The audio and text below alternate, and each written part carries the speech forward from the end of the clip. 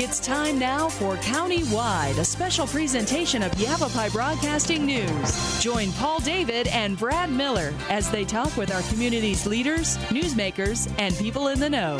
You'll hear about the hot topics that affect all our lives here in Yavapai County. And now, here's today's County-Wide.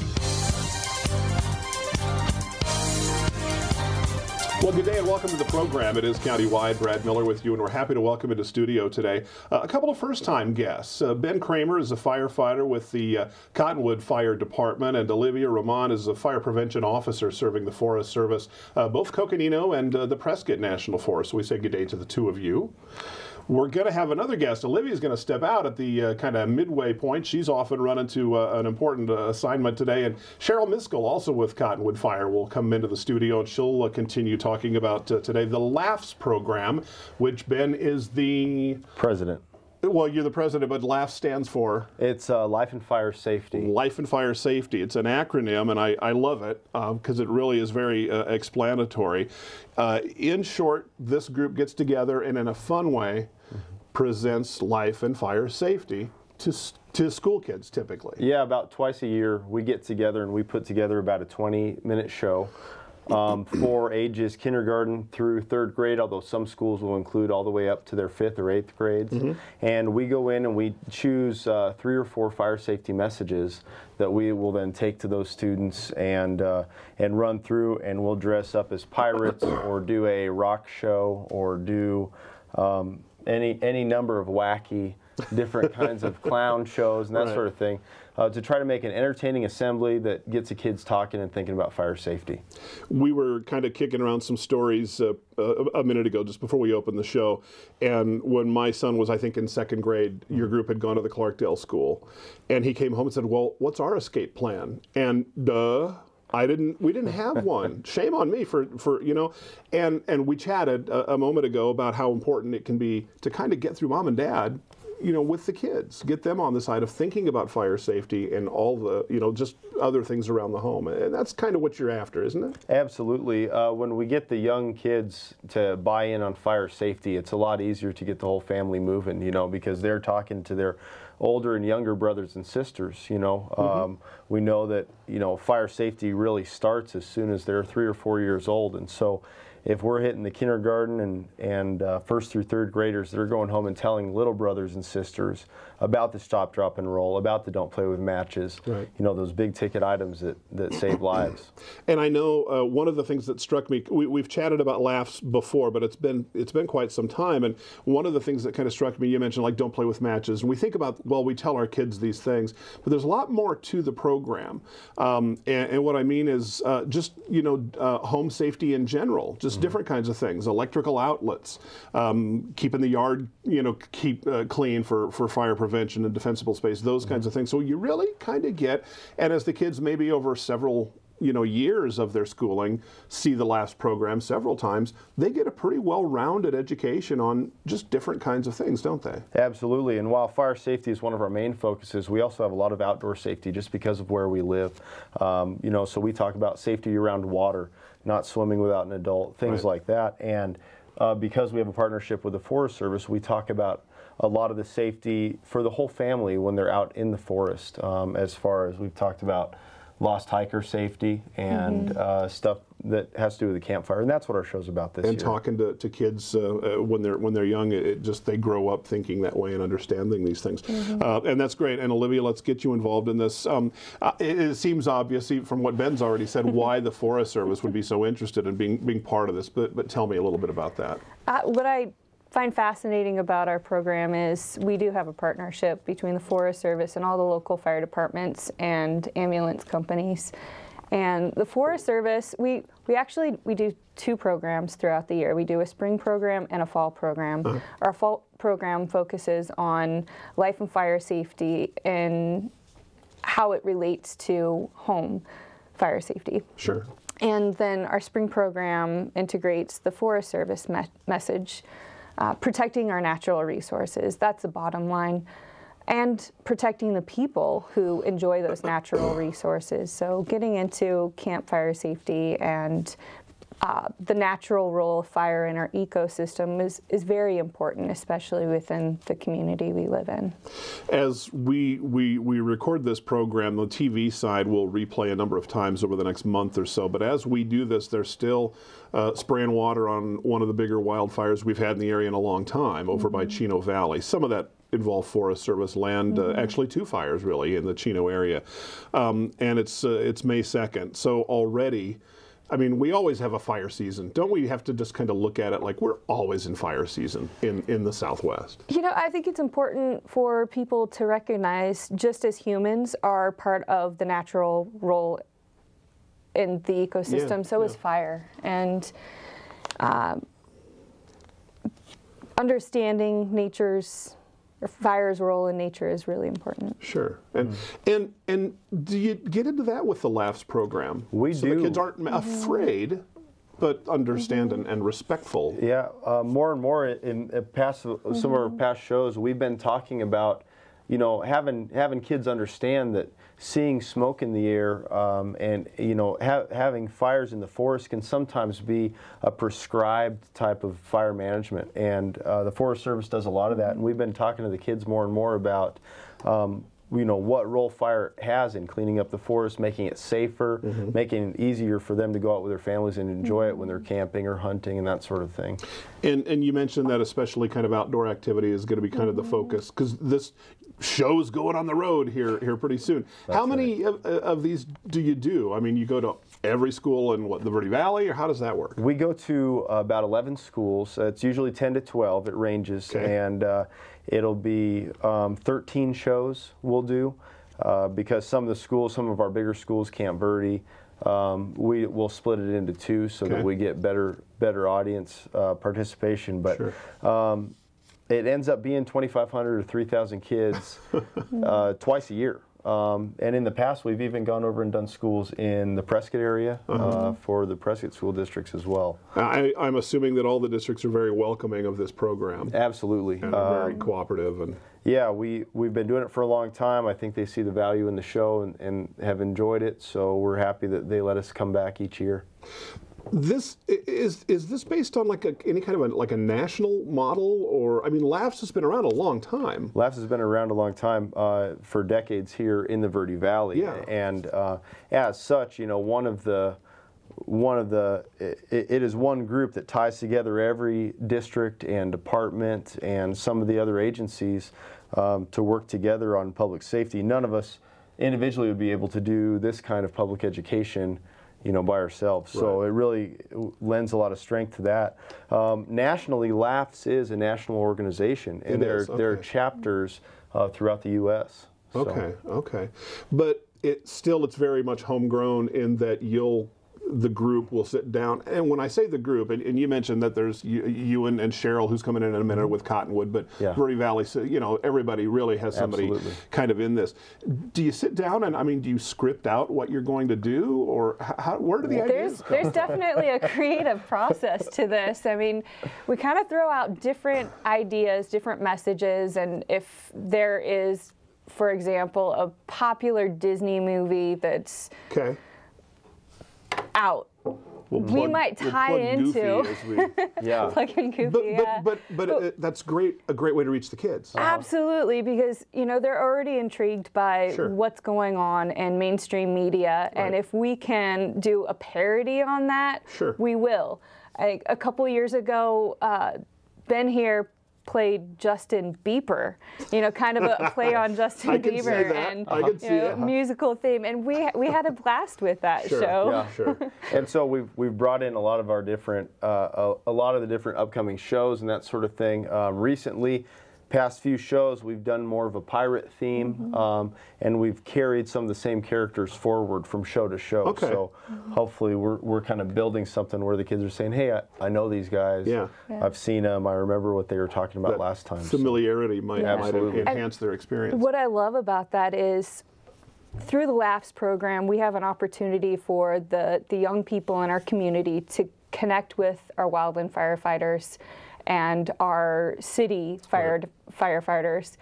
that way, if there is an emergency situation, they recognize us, they know us, we're people that they can trust. Sure. And that's so important when, you know, we're having those real life emergencies. You bet. You bet. The kids understand it. Let's. We got to take a break, and when we do, Olivia, we'll thank you for coming and being a guest. I know you're going to step out because you've got something going on. Yep.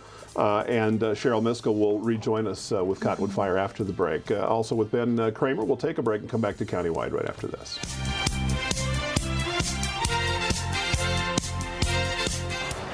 Move over, AZ. Arizona's move over law requires you to move over or slow down when you drive past any vehicle pulled over with flashing lights. Any vehicle means emergency responders, roadside assistance, law enforcement, highway crews, even stranded motorists. Ignore the law and you could pay a fine. Remember, every vehicle, every time. Move over, AZ. Sponsored by ADOT in partnership with the Arizona Broadcasters Association and this station. Oh, those boys are much too much. Those boys are much too much. We got the spirit. We're hot. We can't be stopped. We got the spirit. We're hot. We can't be stopped. We're going to beat them and bust them. The smallest moments can have the biggest impact on a child's life. Let's get a little bit rowdy. R-O-W-D-Y. Take time to be a dad today. Call or visit fatherhood.gov to learn more.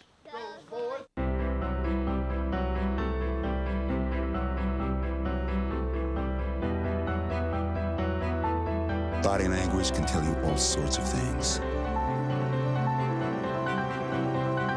Like someone is having a stroke.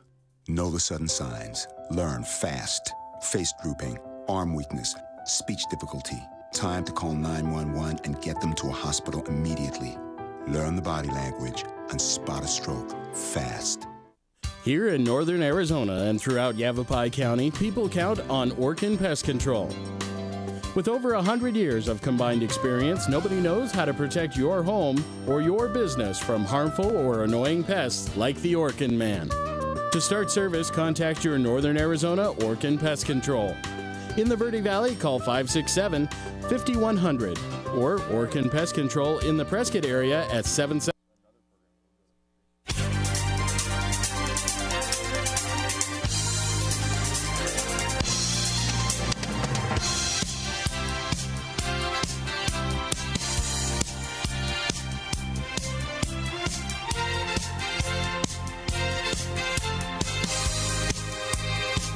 And welcome back to the program. Again, Countywide. Ben Kramer is here. Ben is with Cottonwood Fire, a firefighter there. And Olivia Roman with Forest Service. And she stepped out and is moving on to do something today. She's got places to go and people to see. And one of the people we're seeing now is Cheryl Miskell, who set this whole thing up. And we thank you again for that. Good morning. Getting these good folks in front of us. Cheryl also with Cottonwood Fire. And also one of the Laughs cast members. And you're elbow deep into this program as well. And you're really we get a lot of information from Cheryl, and you're very enthusiastic about this program, aren't you? I really enjoy the kids, first of all, especially the age group. Our target audience is kindergarten through third grade. And in a handful of the schools, the preschoolers, I should say, do participate in the program as well. Now, is that new? The really little kids? And it's mostly our smaller populated schools. Okay. They'll bring in the preschoolers as well. Mm-hmm. And the messages are very basic. So it's certainly not above their heads. And even if they don't grasp all of the points, they're exposed to the message and to the firefighters. And a lot of times we have cast members that demonstrate the attire that a firefighter wears, or the breathing apparatus, the masks. Right. So there's a little bit of exposure there that. And Olivia mentioned something before she stepped out about that, and how that it reminded me of that element of it reminded me of like the Shop with a Cop program that the law enforcement does, where it's that interaction with kids. Right. And it hadn't occurred to me how important that can be for fire folks, EMT folks as well, for little people in an emergency to be terrified of a guy in a mask and maybe, heaven forbid, not want to come out of a closet and not, in a burning home. And I hadn't thought about that at all. And that's one of the key points in some of the shows, explaining to the little ones that the firefighter is their friend. Right. They're there to save them, and that they shouldn't hide. They shouldn't be under the bed or in the closet, and what the firefighter might look like and sound like, especially if there is smoke in the residence with the breathing apparatus and how they sound like Darth Vader. I was going to say. And they demonstrate that in the shows, so the kids are like, oh, you know, they start to make that connection. Does this get interactive in the sense, it sounds like there's a lot of audience participation. Do the kids ever get up on stage or get up and become part of the program in that way? Yeah, and I think we've called kids up before to have them play specific roles. Right. And now we've moved to kind of a whole audience participation where we're using kind of a rhetorical, you know, questions, and we're having them answer back, and we're having them figure it out for the characters on stage. And so, you know, when we pull out matches or a lighter and we're saying, hey, you know, who touches these? Is it kids or grown-ups? Then we're having the kids answer. And I think that kind of feedback, it shows us that they're getting the message, and, you know, it's kind of fun for them to be able to correct some of the characters on stage that are still learning. And it's a reinforcement. Absolutely. In the knowledge that they're receiving. Right. Do you find, I don't know if there's even a way to gauge this, that a lot of the kids, and I suppose the age level will play into what the answer to this question would be, but do a lot of them kind of come in and you find, is there a way to gauge that they're not learning a lot of this at home? You know what I'm saying? And the only point about that is what I'm trying to get to is that this, it seems like, is a really strong tool, this being the LAFS program, to help in mom and dad. And, you know, we talked at the beginning of the show, my son said something to me, and I thought, well, I haven't done any of that. I got to think that happens a lot when these kids come and see this program and go home and talk to mom and dad or grandma and grandpa or what have you. Absolutely. And I think, you know, I think most parents understand the fire safety messages, but they may not be transmitting it in a way that the kids are clicking right away, and they're saying, there you go. This is why we need to make sure we have defensible space around our home, so that we don't have we have a barrier to fire. This is why we need to make sure that lighters and matches are put up high, away from where little brothers and sisters can get a hold of them, that sort of thing. And giving the kids explanations that make sense to them, I think, is really what helps out the whole family. Yeah. Well, and because, well, as a parent myself, you know, we're constantly telling our kids, don't do that. Yeah. You should not do this. This isn't safe. But then for the kids, like Ben is saying, to hear it demonstrated or acted out in a play about handles on pots need to be turned in towards the stove or towards the counter so they're not hanging off the edge. And why? You know, why did mom tell us not to? Because you can bump it and spill it, and then you have a burn, or you have a grease fire. Yeah, and that's such a good point. We don't always give them the why. Oh, don't do that. And they don't. You know. Well, we're all busy. And parents are busy, and there's a lot of stuff going on. And the kids, as far as defensible space, they just know mom and dad are doing yard work. Yeah. Or mom's making me bag I the gotta bag the leaves and put them away. Exactly. I don't know that it's to help keep the house from burning down. It's just incredible how, you know, working with young people, and any educators will know that, and we don't often think of our fire folks as being educators. Here today, you're seeing that they very much are. We need to take another short break. When we come back, there's other programs that everybody's involved in, and Cheryl's going to share with us some of those coming up, especially summertime. Cheryl Miskell and Ben Kramer, and we're back to Countywide right after this.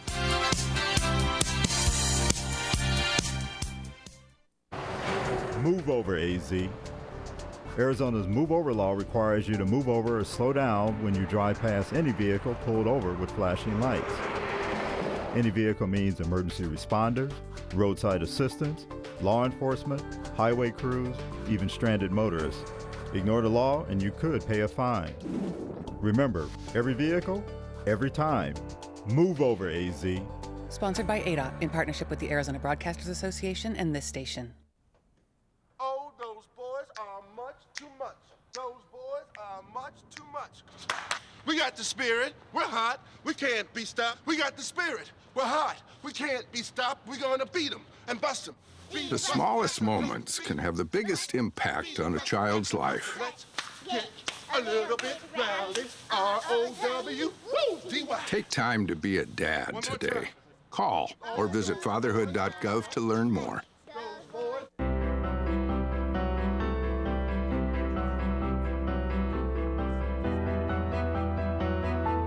Body language can tell you all sorts of things. Like someone is having a stroke. Know the sudden signs. Learn fast. Face drooping, arm weakness, speech difficulty. Time to call 911 and get them to a hospital immediately. Learn the body language and spot a stroke fast. Here in northern Arizona and throughout Yavapai County, people count on Orkin Pest Control. With over 100 years of combined experience, nobody knows how to protect your home or your business from harmful or annoying pests like the Orkin Man. To start service, contact your Northern Arizona Orkin Pest Control. In the Verde Valley, call 567-5100 or Orkin Pest Control in the Prescott area at 775-8772.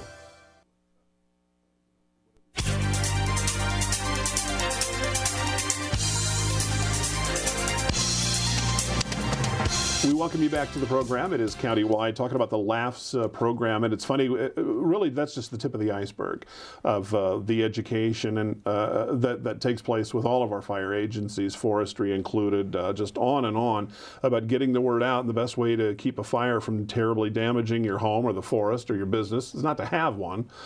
And that's what a lot of this education is. It's not all just about fire prevention, though. Ben, you mentioned swimming pool safety and the programs you talk about, helmets. Why wearing helmets on quads and things is important. Yes. Turning the pans and pots on the stove. So there's so many different kind of fingers that reach out from the LAFS program in terms of safety. But there's other programs too, Cheryl. Swimming pool safety and those. Tell us about some of the things that are kind of coming up. The swimming safety, we do touch on. Well, we touch on that in some of the LAFS shows. Yeah. But one of the summer programs that is hosted at Cottonwood Fire Department is Vacation Fire School. Okay. Our Fire Marshal, Rick Contreras, has coordinated that event for several years now. And one of the units in Fire Vacation School is pool safety. And so we have been fortunate to have a firefighter or two that are certified lifeguards also. And so they'll have a unit where they go to the Cottonwood pool, and that particular individual gets in with there and teaches them pool safety, water safety. Great. Yeah. No better way to do it. Right. And then one of the, well, I should talk a little more about that. In addition to the unit on water safety, these children can come in for Vacation Fire School. This year the dates are tentative for July 11 and 12. It's a 2 half-day program. Okay. So they'll come in from 8 to 12 on July 11th and 8 to 12 on July 12th. And they'll each receive a t-shirt and a little goodie bag. They'll spend 4 hours on each of those days at the fire station doing agility coursework, like what the firefighters do to work out. Sure. They'll work on team building.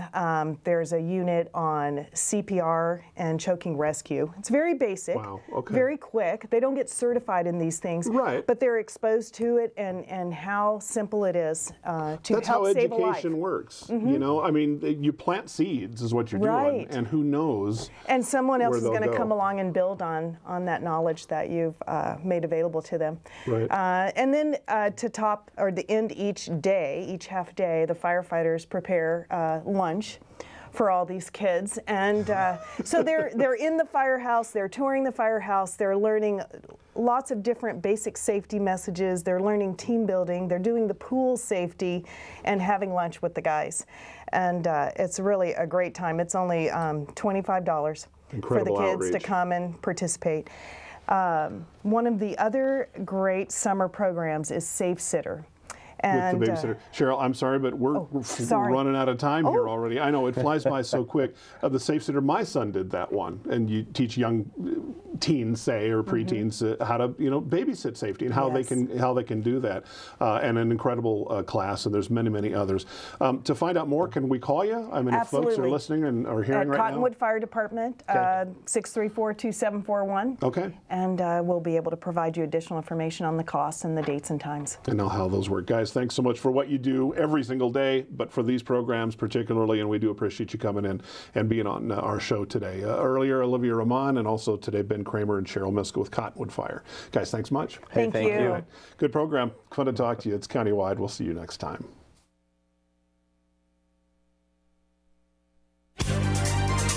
This has been Countywide, a special presentation of Yavapai Broadcasting News.